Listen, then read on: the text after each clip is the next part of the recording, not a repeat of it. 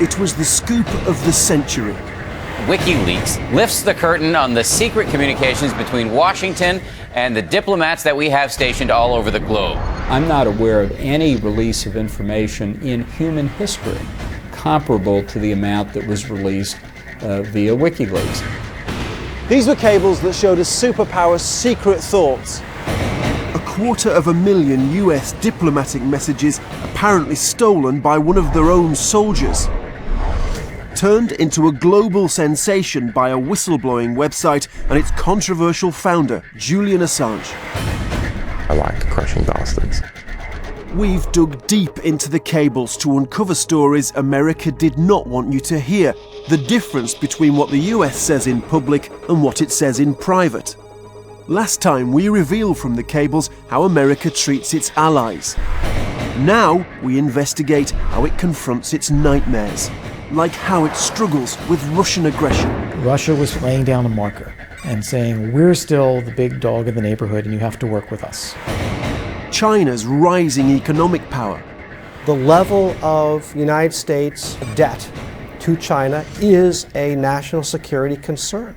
And its military might. They have a targeted approach to identify our vulnerabilities. And the ultimate threat, an Iranian bomb. I've had 3 American presidents saying Iran getting a weapon is unacceptable. From our detailed examination of the secrets within the cables, we ask if America, in an increasingly defiant world, faces losing its dominance. It's not a superpower that can click its fingers and expect the rest of the world to come to heel.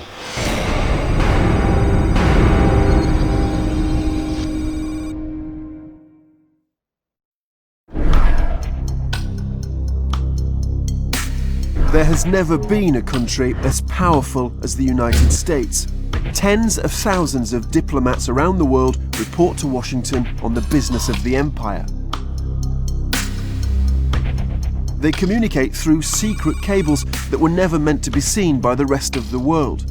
Because of the Wikileaks release, we can all read their private thoughts. Some of these cables were light-hearted, reporting on scandalous rumours and the pursuit of America's ideals in the world. Others were darker.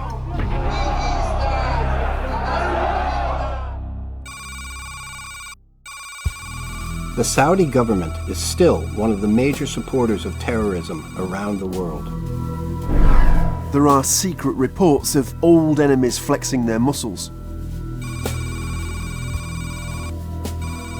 Russia's military operations are consistent with its desire to regain its empire. And dire warnings of the dangers of Iran with a nuclear weapon. Al-Qaeda is not going to get a nuclear bomb. Iran is just a matter of time.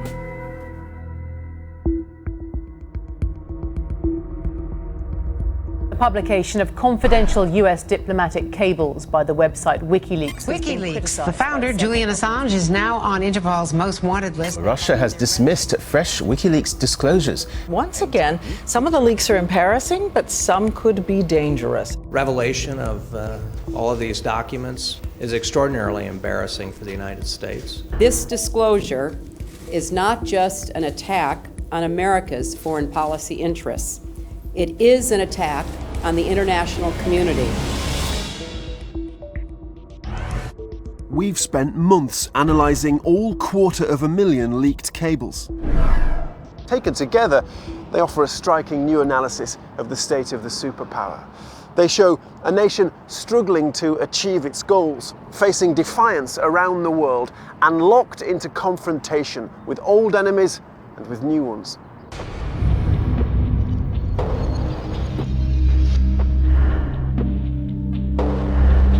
Reading the cables, there is a fear that has never really gone away.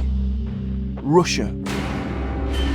The secret documents showing the rise to power of Vladimir Putin in control of a more hostile Kremlin gives America sleepless nights.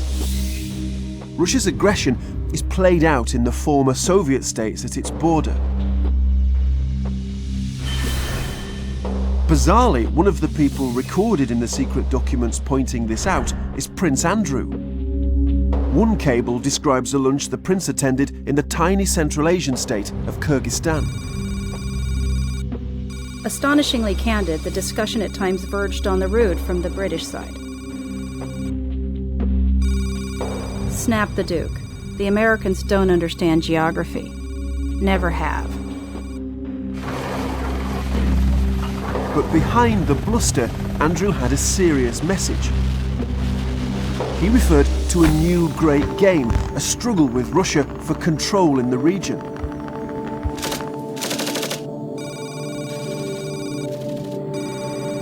He stated boldly that the United Kingdom, Western Europe, and by extension, you Americans too, were now back in the thick of playing the great game. More animated than ever, he stated cockily, and this time we aim to win. One of Andrew's great concerns, as reported in the secret cables, was Russia's increasing efforts to gain influence in Central Asia. The prince's warning that Russia was a growing threat is reflected in many cables. This cable quotes the Kazakh ambassador to Washington. He says the Russians want the Americans out. Russia has zero-sum tunnel vision and wants you totally out of Central Asia. We tracked the ambassador down. It quotes you. I'm not saying that this is you, but this is what the Americans were telling themselves that you said. Whether you like the term or not, Russia is playing a new great game for all it's worth and wants you totally out of Central Asia. Of course, this is a quote of me by someone else. I do not take it as a truth. He has interpreted maybe me. Seems very clear though. What I was trying to say, we will have very close and meaningful relationship with Russia. But I doubt that I said that Russia wants to kick you out, completely out of the region. The cables reveal how diplomats work, the often large gap that exists between public and private. You will say, as part of your job, one thing to me and our viewers in an interview, but behind closed doors, you might say something different to somebody from the US. In normal life, what you say at home sometimes is a bit different from what you say outside the home, right? Finally, we can go beyond the public statements and official platitudes and hear what diplomats really say behind closed doors, particularly on the subject of Russia. This is one of the great stories of the cables. The Cold War may be over, but America's confrontation with Russia has never really ended.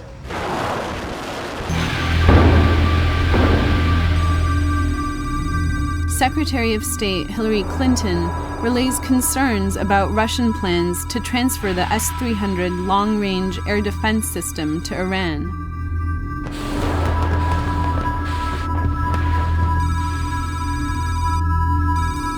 The Russians are aggressively playing a high-stakes, covert game, and they consider few, if any, holds barred.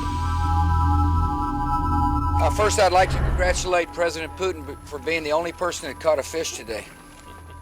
We've got one fish, but that was a team effort, and the merit goes to the captain of the Very thoughtful of you. In 2007, publicly, the US was trying to show how close the two countries were, Bush and Putin acting like the best of friends. I've come to the conclusion that when Russia and America speaks with, along the same lines, it tends to have an effect. But as they were cozying up for the cameras, privately US diplomats were gathering worrying rumours about the state of Russia.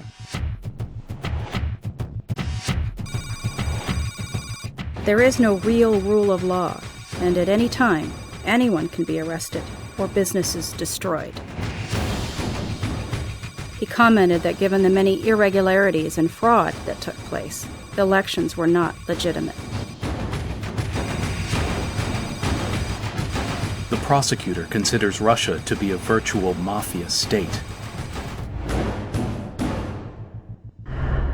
And the cables show these views were held at the highest levels. Former Defense Secretary Robert Gates regularly met the most senior Russian politicians and commanders. we can now see his private thoughts.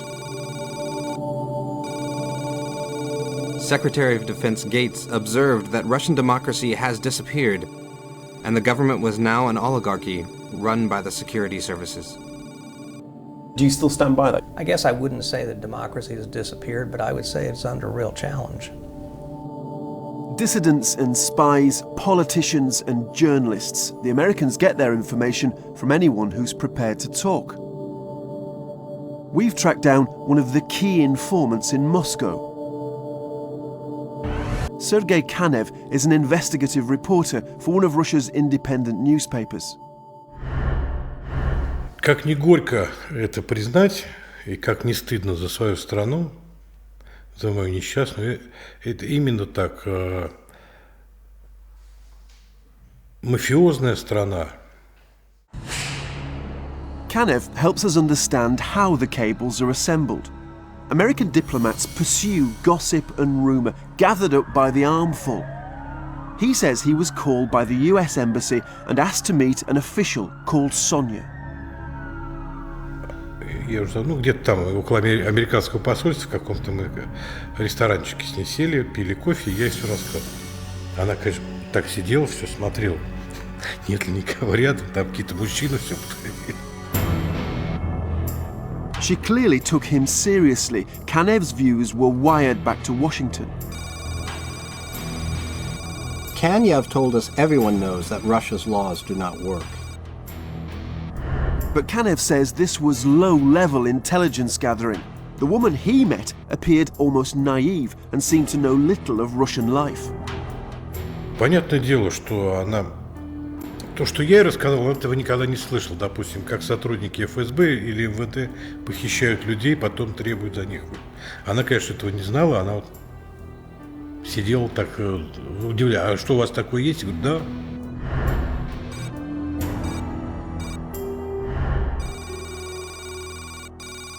He told us that people often witness officials going into the Kremlin with large suitcases and bodyguards, and he speculated that the suitcases are full of money.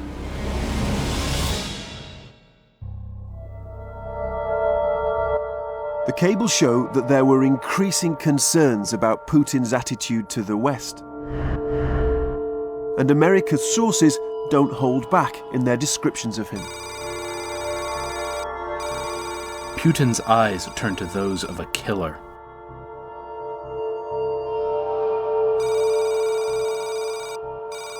The Irish Prime Minister referred to Putin as a slippery character.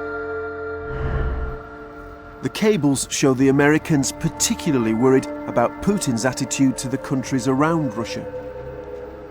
Is there a sense, do you think, that the Russians are trying to exert a bit more influence in the countries around their borders? No question about it. Should we be worried about that? We are worried about it, and it's why we try to counter it. One of the ways they did this was to encourage these border countries to join the North Atlantic Treaty Organization, NATO. The military alliance of Western countries formed to counterbalance Russia during the Cold War. The cables report Putin's attitude to NATO.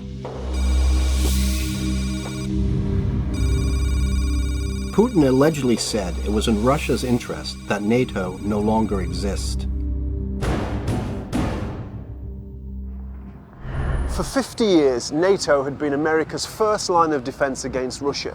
But in recent years, it had expanded and former Soviet countries were now part of the alliance. And to Russia's fury, NATO was now at its border. Putin being himself, a very aggressive guy, he viewed this as a very aggressive act. He felt he had to kind of break out of this encirclement that he saw NATO as having planned for him.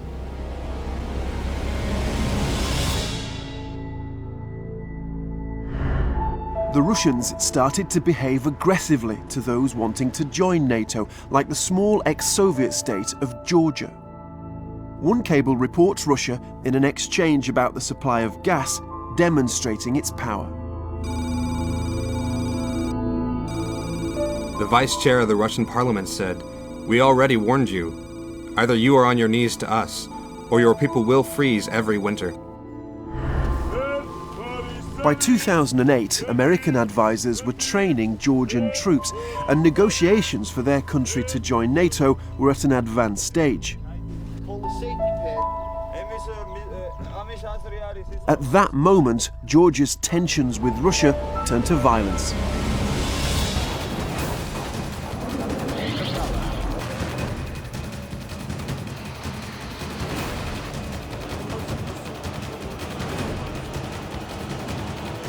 The early cables reflect America's horror. The embassy is preparing for an expected humanitarian disaster as continued Russian attacks are inflicting terror on the population.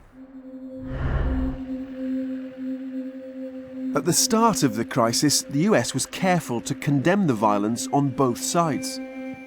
This situation can be resolved peacefully. We've been in contact with leaders in both Georgia and Russia at all levels of government. We have urged an immediate halt to the violence and a stand down by all troops. But the secret cables show that even though Georgia made the first strike, from the start of the fighting, US diplomats were seeing the confrontation through Georgia's eyes. Comment. All the evidence available to the country team supports the statement that this fight was not Georgia's original intention. Many of us felt that the idea of Russian tanks rolling into a neighbouring country had been banished with the end of the Cold War. What were the US saying? Well, they were furious. And they believed that this was a bad reversion to Cold War-style politics. Many Russians believed there was more to this than a mere border dispute. Sergei Karaganov was an advisor to the Kremlin. In political terms, we were stopping the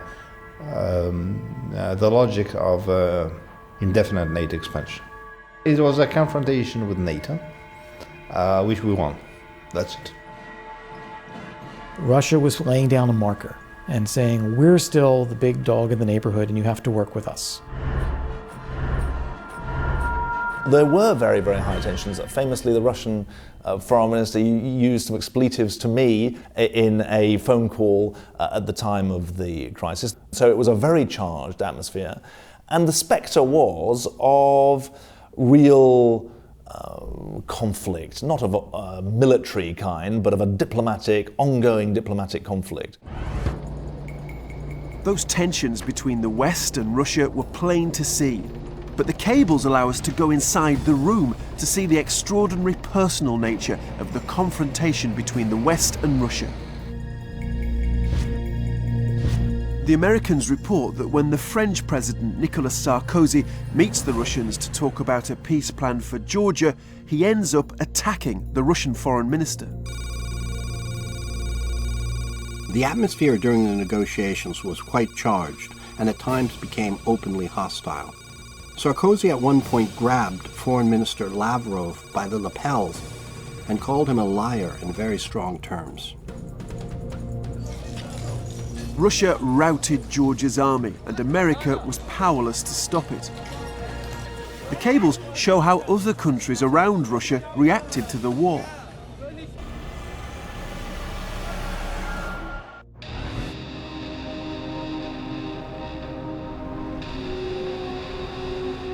For the first time, we can see the dramatic effect. This cable reflects the fear felt in the former Soviet state of Estonia. Since last year's war in Georgia, Estonian opinion makers now believe a Russian invasion of the Baltics is a possibility. Any country that was formerly part of the Soviet Union, that was formerly a republic of the Soviet Union, would have looked what happened to Georgia and thought, well, this is a real worry. They're small countries living next to a very big country. And that always induces feelings of fear. And I think there's no question that the Georgia crisis exacerbated that.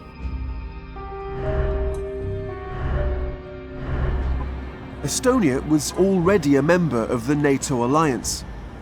But in 2008, after the war in Georgia, that was no longer enough to make it feel safe.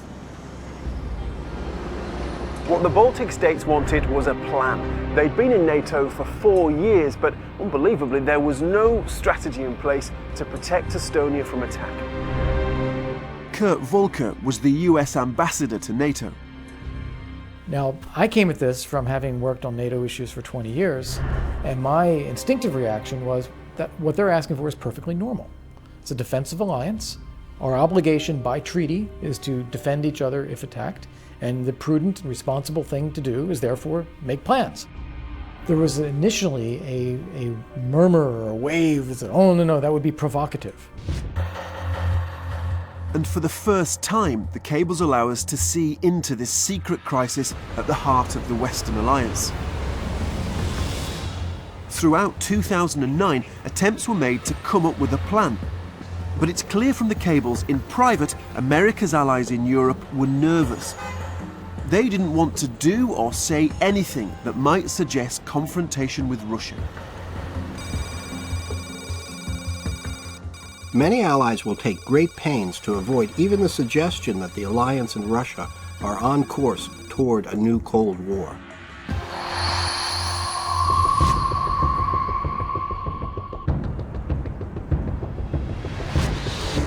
This is now a serious issue for the West.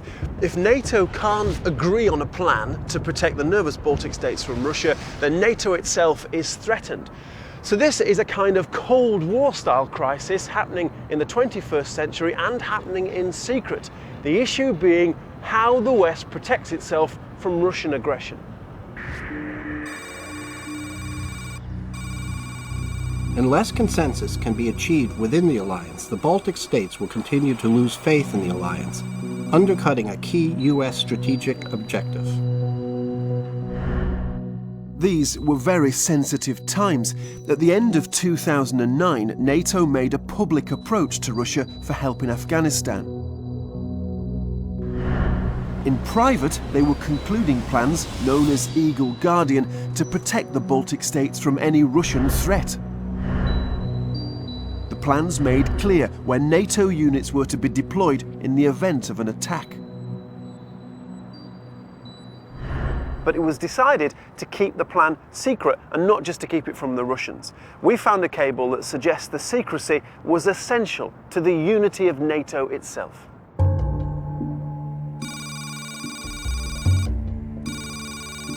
Public discussion of the plan would also make it much more difficult for some allies to support Eagle Guardian, creating divisions within the alliance and throwing the whole project into doubt.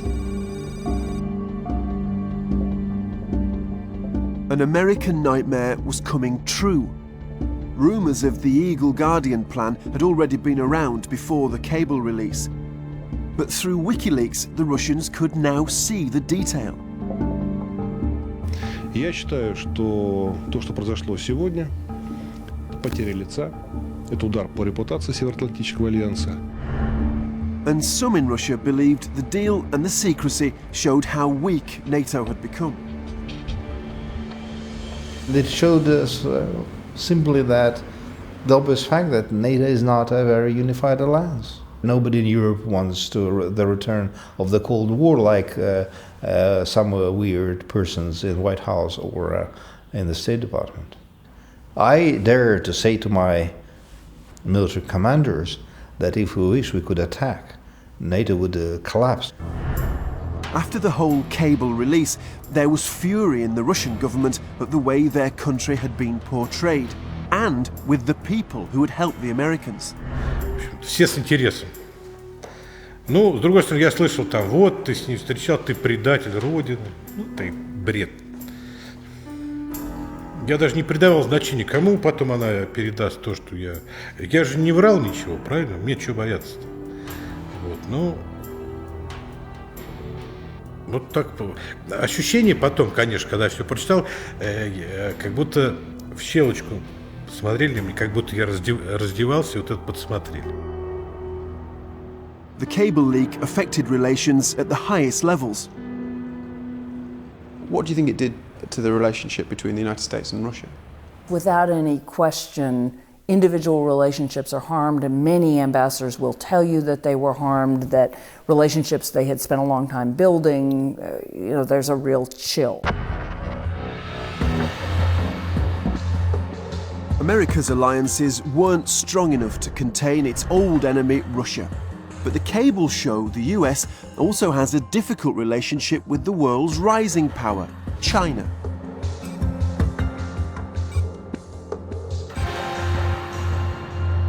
The United States has to tread carefully when it deals with China. No other nation comes as near to the United States economically, and China continues to develop its military machine.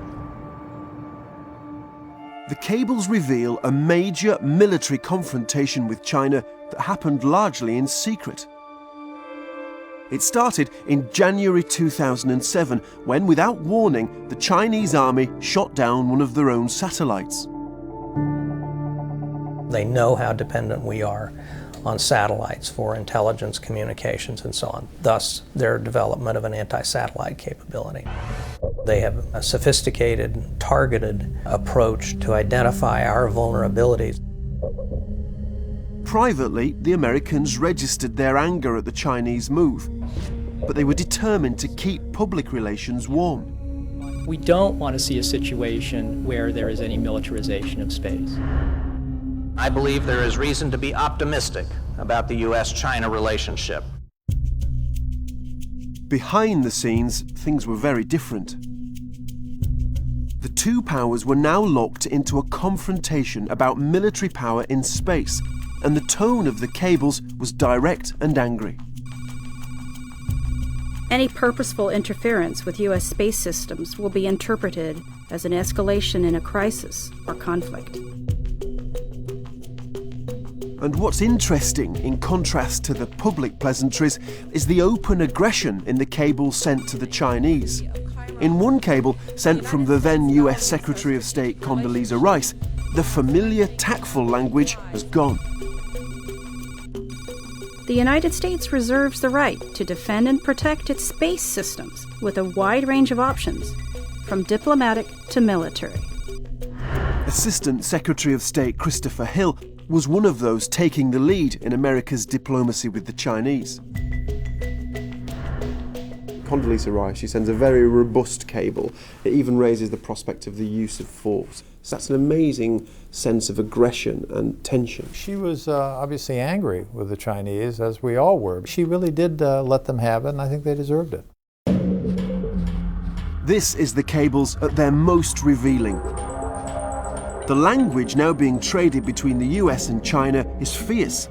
The Chinese response to the American cables is just as aggressive. The United States should stop airing its gratuitous suspicion, groundless accusations, and endless quibble on this issue.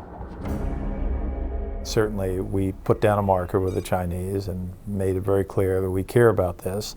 The Chinese are not going to say, oh my goodness, we're sorry we did it and we'll never do it again. Instead, they came back with a very nasty statement of their own. The next message from America was not diplomatic.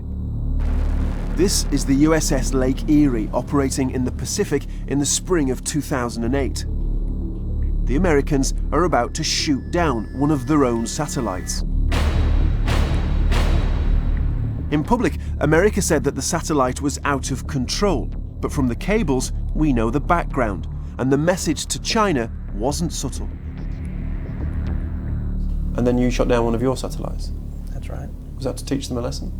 No, actually it was to prevent the satellite from falling to Earth, but it clearly had the ancillary benefit of demonstrating an important capability. The more you dig into the cables, the more the complexity of America's relationship with China is revealed. Despite China being their closest rival, the cables show the lengths America will go to make the Chinese happy. This became dramatically clear in 2008 when China hosted the Olympic Games. Oh, someone, as I speak, someone has tried to grab the torch from Connie Huck, the big former Blue Peter presenter. A man. Protesters, angry at China's human rights record, tried to disrupt the journey of the Olympic torch around the globe. This seemed to be the perfect moment for America to take a stand. We believe in human rights and human dignity. We believe in the human condition. We believe in freedom. And we're willing to take the lead. Well, I remember when the torch runners came to San Francisco, we wanted to try and avoid some of the same incidents that, if I remember correctly, had occurred in Europe, where they had been prevented from getting to their destination. On the day the torch was to be paraded through San Francisco, the route was shortened and changed at the last moment. It was one of the few places in the world where the journey of the torch was not interrupted by protesters. America betrayed one of its own ideals, the right to protest, to appease the Chinese. And a cable from the American embassy in China suggests the gamble paid off. The lack of major incidents at the torch run in San Francisco earned us goodwill and gratitude in Beijing and has given us a degree of leverage. Some world leaders decided not to attend the Games themselves because of China's human rights record, but America chose to go. It was another US attempt to show support for China. I'm going to the Olympics. I view the Olympics as a sporting event. I am not going to go and use the Olympics as an opportunity to express my opinions to the Chinese people in a public way, because I do it all the time with the president. It was an important statement by George W. Bush. That we value the relationship, we understand the importance of this issue to you. And so that when we have issues that we say are important to us, we hope you will also pay attention. That's the message.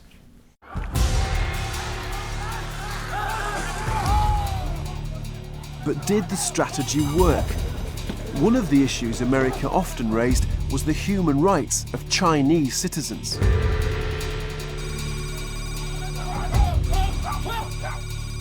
Contacts corroborated international reports of increased detentions and harassment of Chinese human rights activists and dissidents in the lead-up to the president's visit.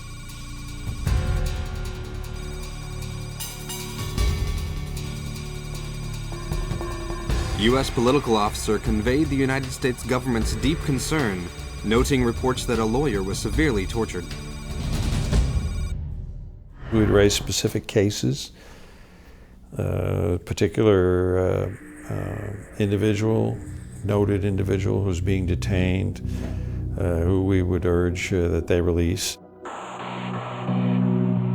We invariably tried to do it more in private than in public, just in terms of not antagonizing the Chinese. This is always a very delicate balance.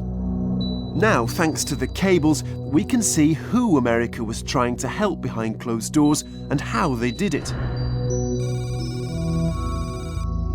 Ambassador expressed U.S. concern over the house arrest of Zhang Jinyan, the wife of imprisoned rights activist Hu Jia.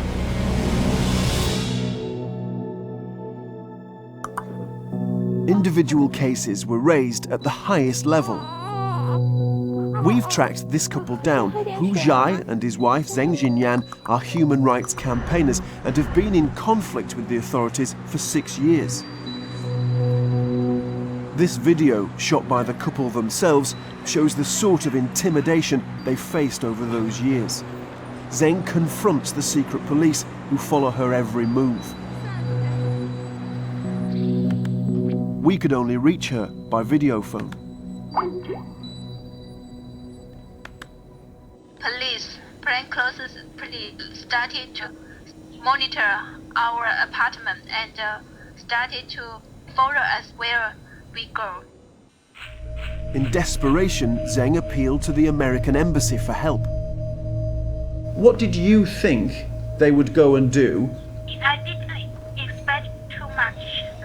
I hope they can contribute to who just coming home.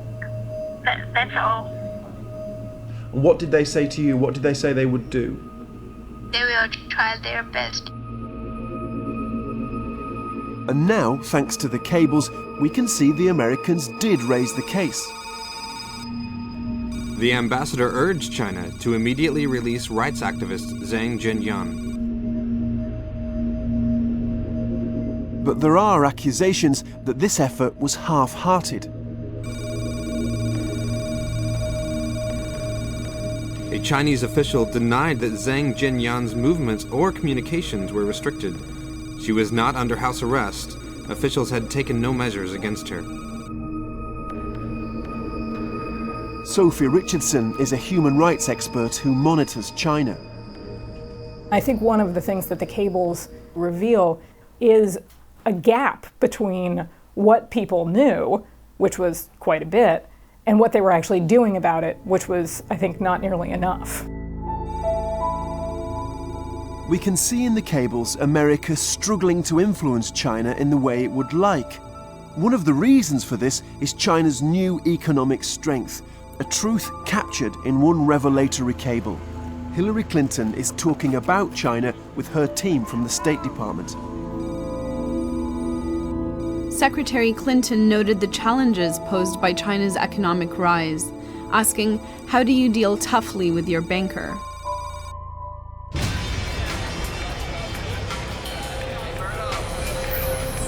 After the financial crisis of 2008, America went cap in hand to China. By effectively lending the US billions of dollars, China saved the superpower's finances. The Chinese became America's largest foreign creditor. It marked a seismic shift in the balance of power between the two nations. The level of United States debt to China is a national security concern. It gives China leverage that has significant policy implications. We understand that intellectually. We, as a government, are continuing to wrestle with what do we do about that. In the months after the financial crisis, America bent over backwards to emphasize the warmth in its relationship with China. I appreciate greatly the Chinese government's continuing confidence in United States treasuries. But in private, American diplomats were watching China change, developing a new arrogance in its diplomacy. And in secret cables they thought we would never read, they make increasingly undiplomatic comments. China is making no friends with its newly pugnacious attitude. And America realizes its influence over China is diminishing. Diplomats secretly acknowledge that China is no longer listening. Little progress had been achieved, and China had not acknowledged U.S. concerns. And the cables report that China is even turning the arguments about human rights against America. China recommended the United States focus on its own human rights issues and stop acting like a human rights god. The Chinese do not shy away from using anger and from speaking very, very plainly on these things. Not all diplomatic engagements are decisive. Sometimes you win, sometimes you lose, and sometimes it just it doesn't change. In the end, the cables track a failing strategy. A strong China chose to ignore a weakened America, and repression has worsened. The reality is that we are 8 or 9 months into the worst crackdown we've seen in China in about 15 years. And though the US raised her case at the highest levels, little has changed for Zhang Jinyan. So what we see in that film, is that still going on? Yes, now. Until now. So there are people outside your house right now? Yes. And if anything, the Wikileaks cables release has only served to harden the conviction of some in China that the Americans can't be trusted. I think the cables, became grist for a very conservative, kind of hardline element in China, whose entire modus operandi, modus vivendi, is you must avoid talking to foreigners. You must be very careful dealing with foreigners. The story of China, told through the cables, is a clear illustration of America's declining power. What we found is the United States struggling to deal with its new rival. But there are other nations that America sees as a far more direct threat. And going through the cables, we tracked one crisis as it grew ever deeper. America's ultimate nightmare is Iran, armed with a nuclear weapon.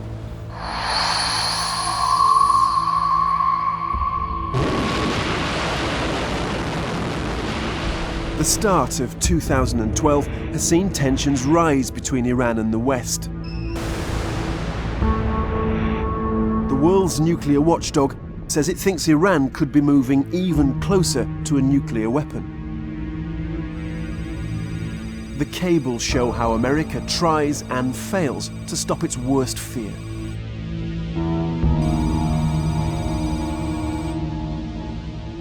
We have acquired substantial specific information that Iran has been secretly building another enrichment facility.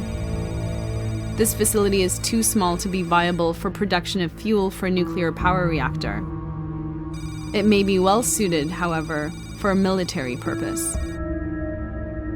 It is possible Iran could have this capability, and we need to take it seriously. Now.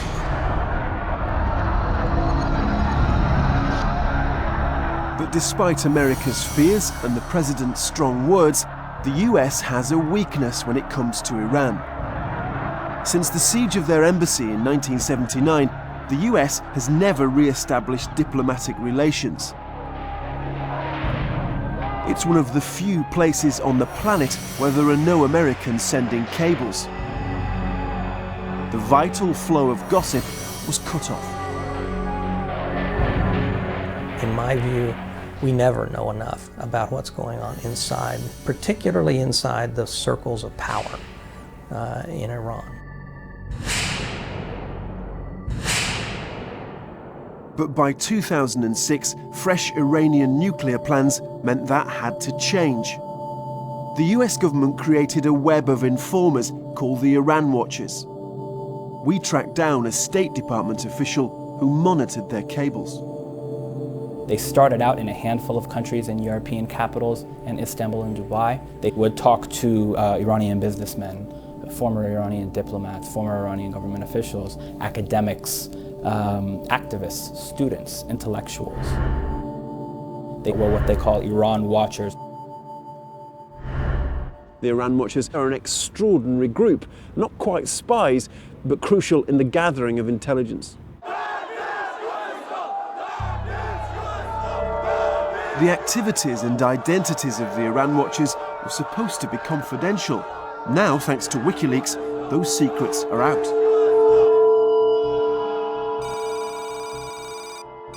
An Iranian law professor well known in Iran Watcher circles offered his views on his childhood friend, President Ahmadinejad.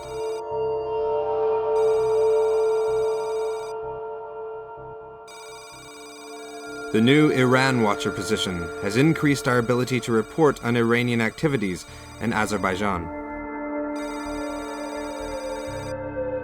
A long-term operative for the Iranian Revolutionary Guards provided London Iran Watcher detailed written allegations. As ever with the cables, it's the detail that's extraordinary. It's clear from the flow of information that one of Washington's key sources was based in London.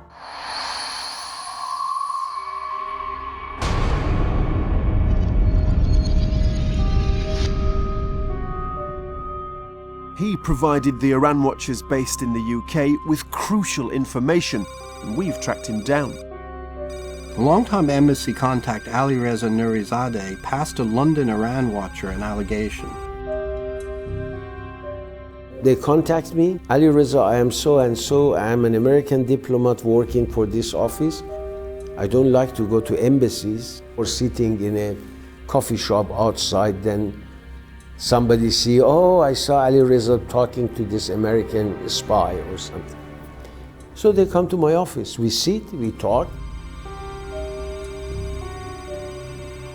Now we can read the secret intelligence he was passing on in the cables. I had a very reliable source in Iraq. He gave me a lot of information about the Iranian agents in Iraq.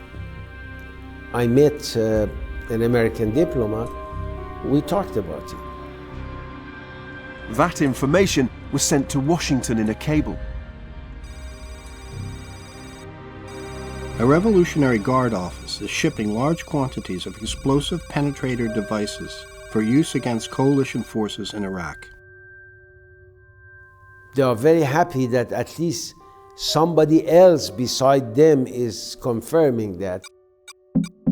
The cables dealt with a range of issues, and as ever, any gossip or information was coveted. In mid-2009, accusations of a rigged election in Iran led to violent protests on the streets. The Iran watchers picked up rumours of what was going on within the regime. Amongst them, reports of an astonishing account of a confrontation between Iranian President Ahmadinejad and the head of Iran's Revolutionary Guard.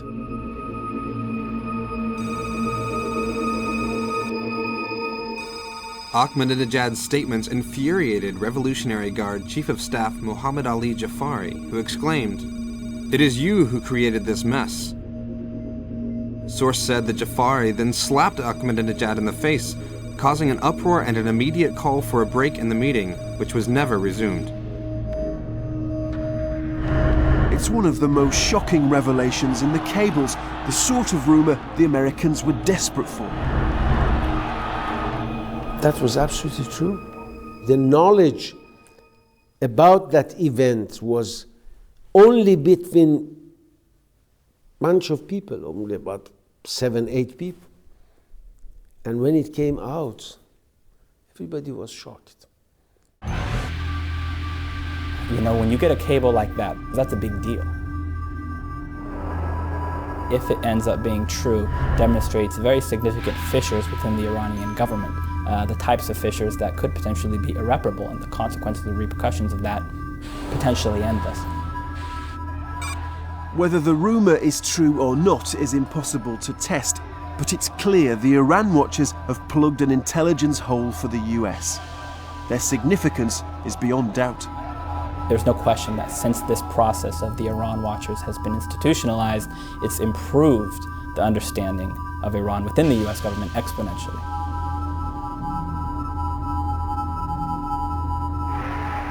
Their importance was also not lost on the regime in Tehran. Worrying cables started to filter back to Washington. It seemed the watchers and their sources were now targets.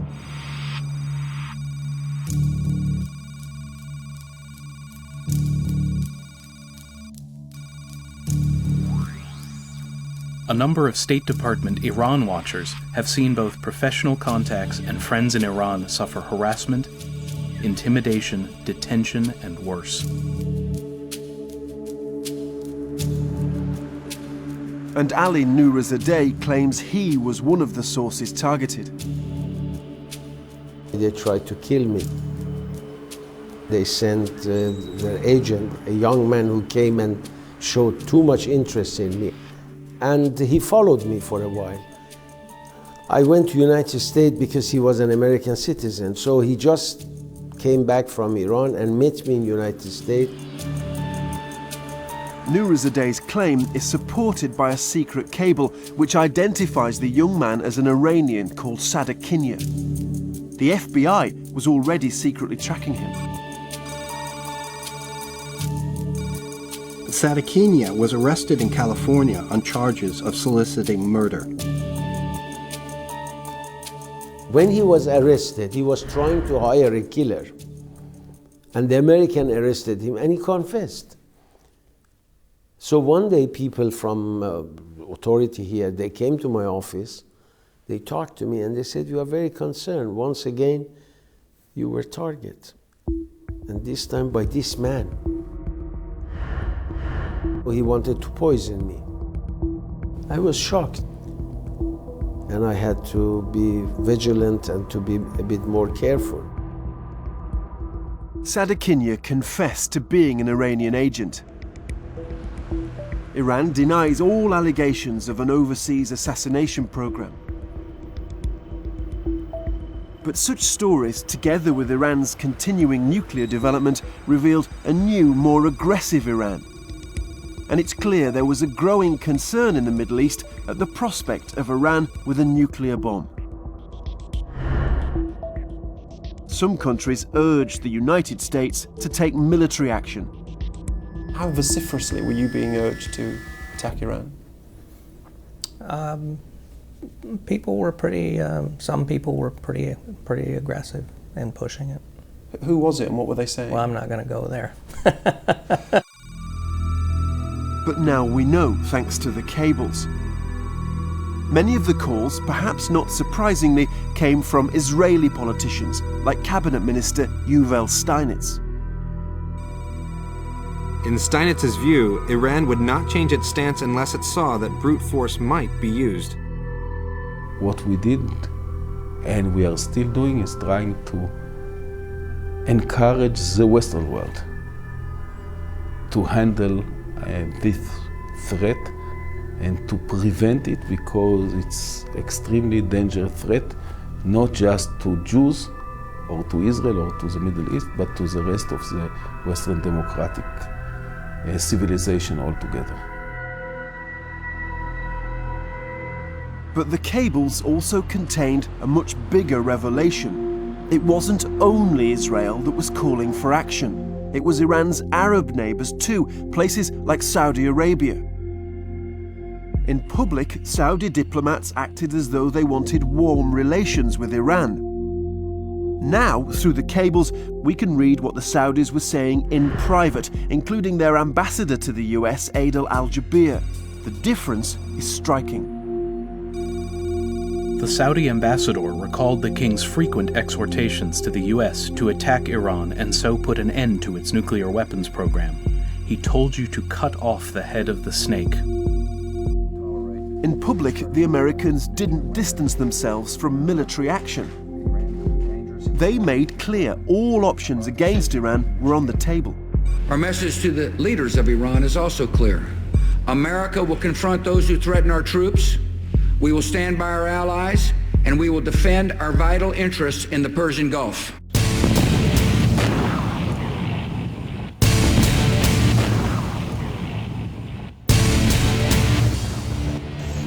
The enemy has made its intentions clear. The US strategy was to talk tough. But the cables show what they were actually thinking. For years, the Americans were quite clear. They didn't want another war. The United States government wants to find an option other than military confrontation. So what could America do? It didn't want to fight, and Iran didn't seem keen to talk. Well, faced with such limited options, they chose a different path, to try and strangle the Iranian regime with sanctions.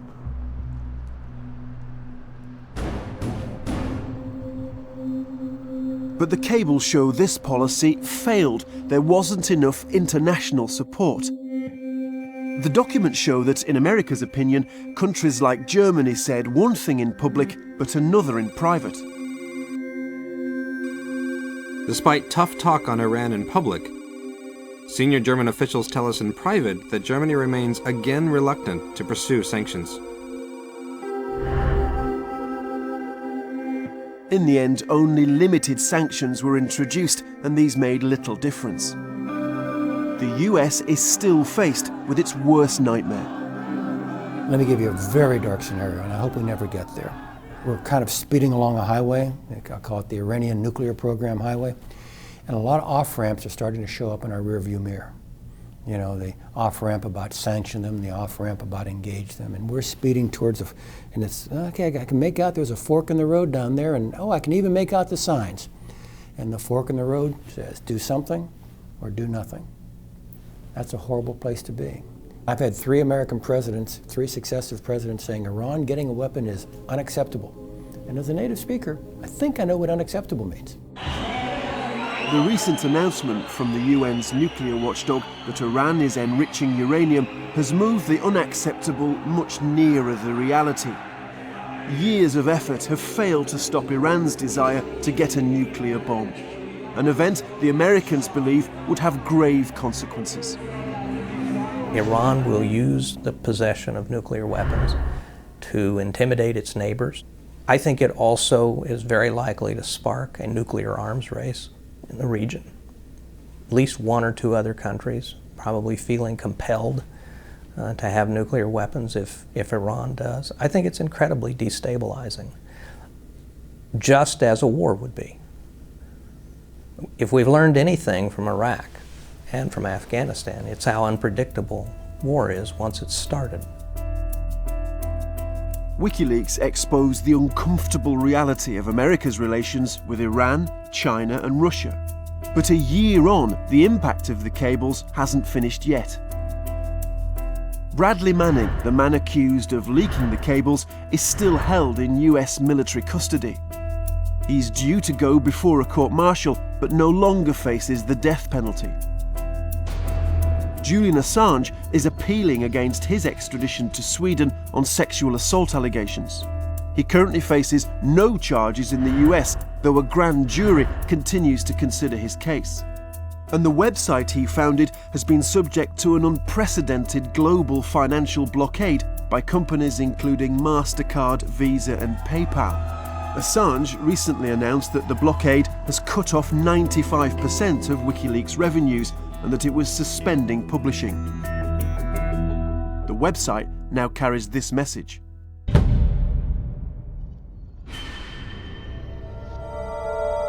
The WikiLeaks cables allowed us a glimpse behind the door to see a superpower's secrets. That door has now slammed shut.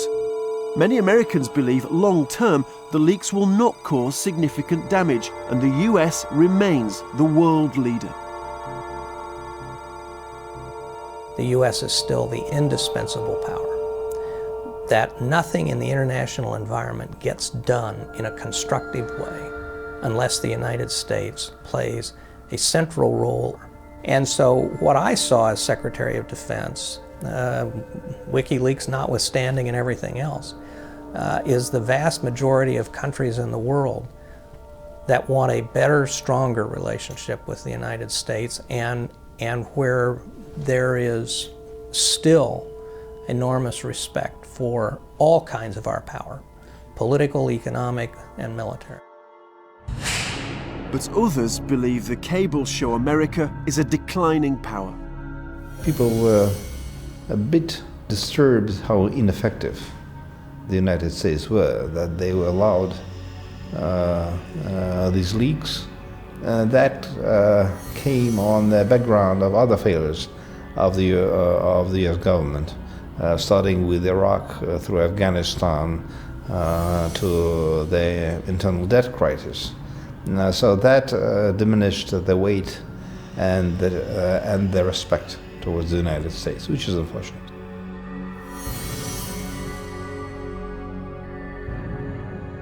I think the cables show the changing shape of power in the world. America remains the one global superpower, politically, economically, militarily. But it's not a superpower that can click its fingers and expect the rest of the world to come to heel. Hidden in these secret documents are American dreams that died and nightmares that came true. They show the ambition, the scale, and at times the honesty of a superpower's secret life. And they also may reveal the places and problems that in the end might weaken US power for good.